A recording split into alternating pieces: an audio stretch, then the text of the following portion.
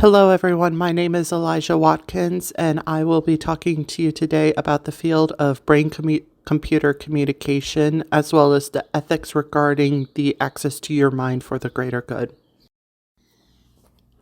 A brain computer interface is a microchip that is embedded in the human brain with the intent of reading and responding to neural activity. It was designed to treat neurological and paralyzing conditions within the patients it is embedded in. The field started emerging in the late 1950s and early 1960s, and originally was an extremely invasive process and only used on primate patients. Advancements were made during the 1990s and the 2020s to make the procedure less invasive, and it has progressed to the point where they have started implementing this in human patients. And as of January of 2024, the first patient has had this procedure done by Neuralink. The procedure was thought to be such a success that they have gone on to implement this brain chip into a third patient as of January of 2025. Regarding the ethics of brain computer implants, we must look at the precedents set by other forms of biological implants, such as pacemakers. Although pacemakers are an incredibly important and life saving technology, there have been issues regarding information privacy and information access that have arose.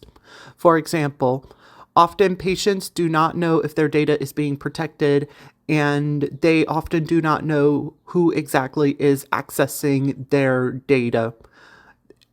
They are hoping that only the doctors and the companies that have created this technology are accessing this information, but often they will not know if their information has been hacked by unauthorized users. Additionally, it has been said that patients have difficulty accessing their own personal data, often taking weeks on end to receive this information after they have applied to receive access.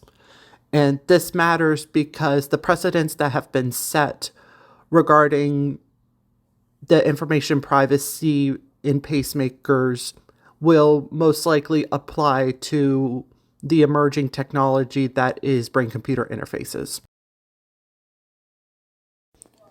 Those who will be affected the most by policies regarding brain computer interfaces will obviously be the patients who have had this procedure done, as well as the corporations providing the technology.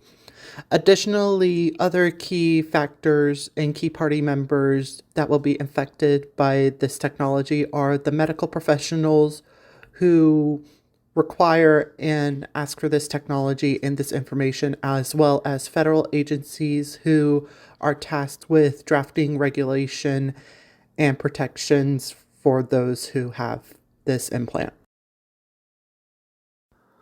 When analyzing the ethics of the data collection done by brain computer interfaces, it is important to acknowledge the good generated by these devices, which is increased accessibility in the patients that have this implant.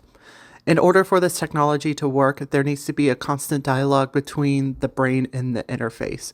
And as such, the privacy of the mind is considered a necessary sacrifice under this perspective, because the brain computer implant needs to have access to the neurological data in order for it to function properly. However, it is also important to acknowledge the freedom of choice regarding brain computer interfaces.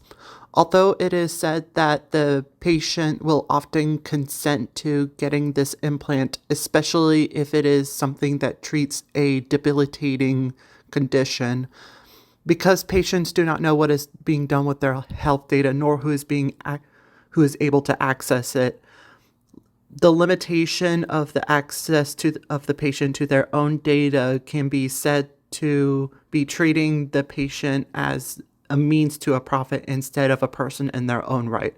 And as such, the privacy of the mind is giving that person autonomy over their own well-being, and as such, the privacy of the mind is sacrosanct and shouldn't be sacrificed.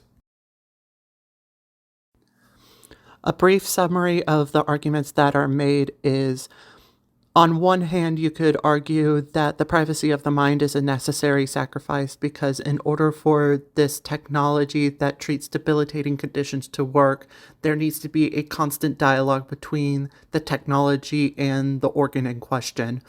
So it is fine to give up a part of your own mental privacy in order to have access to that technology. On the other hand, the privacy of the mind is something sacred and something relating to bodily autonomy, and as such should not be something that is so readily given. Ultimately, what these arguments come to is the conclusion that even though this is a beneficial technology, any violation of bodily autonomy and personal privacy that is used in a way to harm the patient as opposed to help them will directly negate the happiness and the benefits implemented by this technology.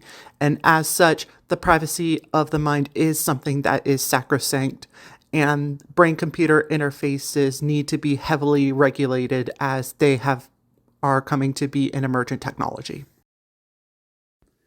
Here are the references that I used to complete this presentation. Thank you for listening.